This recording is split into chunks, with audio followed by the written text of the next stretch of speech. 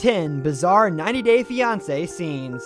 Number 10. Louise suddenly hated Molly's bedroom decor on 90 Day Fiancé. From the start, one should have predicted the breakup of Louise and Molly. Between the striking difference in age and the disapproval of Molly's daughter, the relation was not intended to last. Yet the odd aspects of one of the last major fights of Louise and Molly could not have been foreseen by anyone. Molly sat down with Louise in episode 10 to discuss their relationship and his feelings about their children. "You don't want my children here," she said in part. "You want my kid to go live with her dad." Louise shrugged her off rather than listening to Molly's concerns. "Now you've got the time," he told her. "What you're talking about right now is so nuts." He then started to complain about Molly's home decor.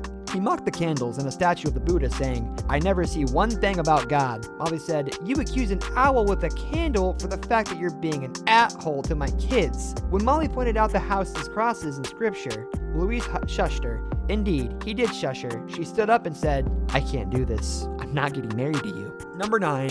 Mark scolded his 19-year-old fiancée, Nikki, like she was his daughter. The relationship between Nikki and Mark had been weird from the very beginning.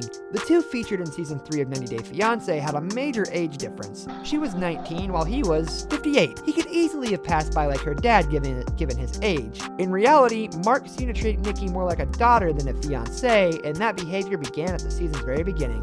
As Mark picked up Nikki from the airport, Nikki enjoyed the sights from the window of his car. She tapped the glass at one level. "You put any fingerprints at my windows?" asked Mark. Nikki stared at him, lost in comprehension. He explained that she was not allowed to put her fingers on the glass, and that was a rule he had for his children. In response, Nikki placed her whole hand on the glass, and Mark replied, "Nikki, you're messing with my happiness," and she said she would have to clean it with a towel. Number 8. Carolina found women's underwear in her fiancé's closet. When in season 3, Carolina moved from Colombia to the US, she was unsure about her relationship with her fiancé, Fernando. He had previously been unfaithful to her, and she was searching for some hint of more philandering. In one display scene at Fernando's house, Carolina looked through the drawers. "I am looking for everything I can find," she said. Eventually, she discovered in Fernando's closet a pair of pink panties. "It's for a girl," she said, holding up the underwear. Carolina called Fernando upstairs, and he tried to demonstrate to her nervously, That's nothing from recent. That's old," he said. He finally shoved the panties in the garbage. Although the two both ended up marrying, this embarrassing moment as a couple represented one of their biggest early challenges. 10 bizarre 90 Day Fiancé scenes. Number 7.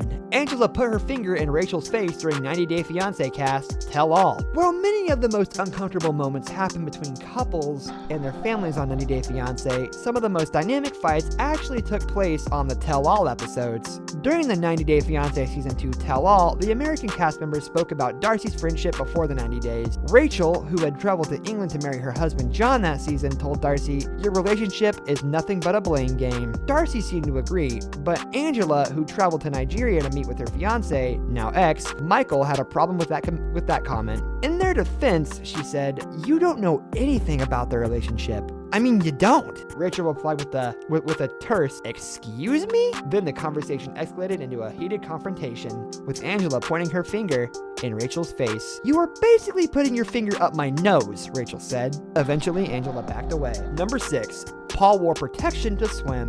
In season 1 of 90 Day Fiancé, Paul went to Brazil before the 90 days to meet Karine, his soon-to-be fiancé whom he met online. Things were still awkward because the two didn't speak the same language and had to communicate via a translator app, so when the pair decided to go swimming, things went downright crazy. In episode 5, Paul clarified that he was warned by his doctor about drinking and swimming in Brazil's water. He took out a small cylinder bag. "I've got this," he said, holding it up, and described it as a sheath protection bag. He went to the bathroom to put it on, saying, "Definitely don't want anything to swim up my penis." Number 5. Azan called Nicole fat multiple times. The American-born Nicole met her Moroccan boyfriend Azan in season 4 of 90 Day Fiancé. Nicole was happy to get engaged after some tension in their relationship, including questions from Nicole's family and Azan's remark about her being big a little bit. "Azan proposed to me last night," she said, "and today is the first day of our journey, a new beginning." But it didn't seem to change much, especially his issue with her weight. Nicole struggled to climb up a hill that morning as Nicole and Azan went to meet their camels, their ride back to town. When Nicole said she'd pass out, Azan said, "Stop being lazy and go out to do some workouts, honey." Number 4.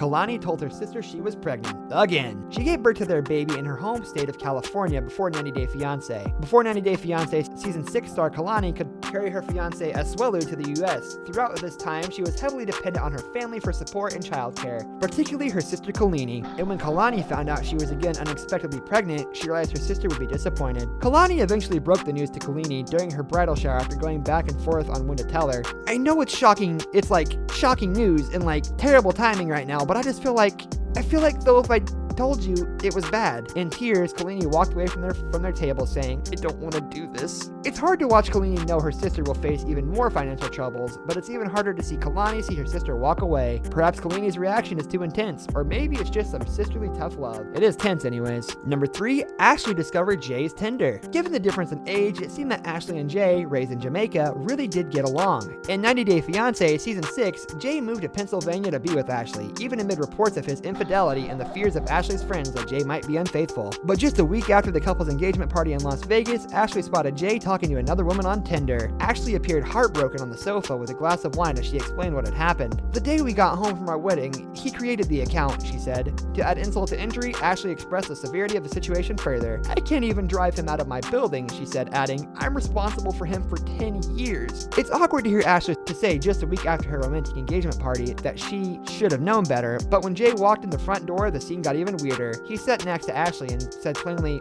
would you like to talk about it? Probably not. Number 2, Larissa tried too hard. Larissa and Colt, a pair of season 6's 90 Day Fiance, had some significant problems during their marriage. There has been drama with Colt's mother and even the arrest of Larissa. Still, nothing was so painful for viewers to watch as the desperate attempt by Larissa to impress her co-stars in the final season. After arriving late, before meeting the other 90 Day Fiance couples, Larissa stressed on looking nice. It soon became apparent that Larissa not only wanted to look good, she wanted to impress someone. Fernanda's jealous of me for being hideous, she said via US Weekly. When finally Larissa and Colt made it to set, Larissa and Fernanda got into an argument right away. Fernanda said that Larissa and Colt were mean and that Larissa had been mocked. Larissa called Fernanda a brat. Half of the couples eventually left the set, but when Fernanda and John walked away, Larissa called after her, asking her to buy a butt. The conversation was awkward and strange, and above all, very unpleasant. Number 1, Paola wasn't welcomed by Russ's family. When the Colombian beauty Paola moved to Oklahoma to be with fiance Russ in 90 Day Fiance season 1, things instantly tensed between the couple and the conservative parents of Russ. When Paola first arrived, Russ admitted that his parents didn't help their relationship entirely. I think they doubt about my engagement with Pao, he said. Then it became obvious altogether during their first dinner at home that Russ's parents were unhappy with Paola. The meal was unusually quiet before Paola asked the parents of Russ how they felt about their engagement. When he first left, the joke was, said Russ's mom, was, not going down there, falling in love and, bringing home a child.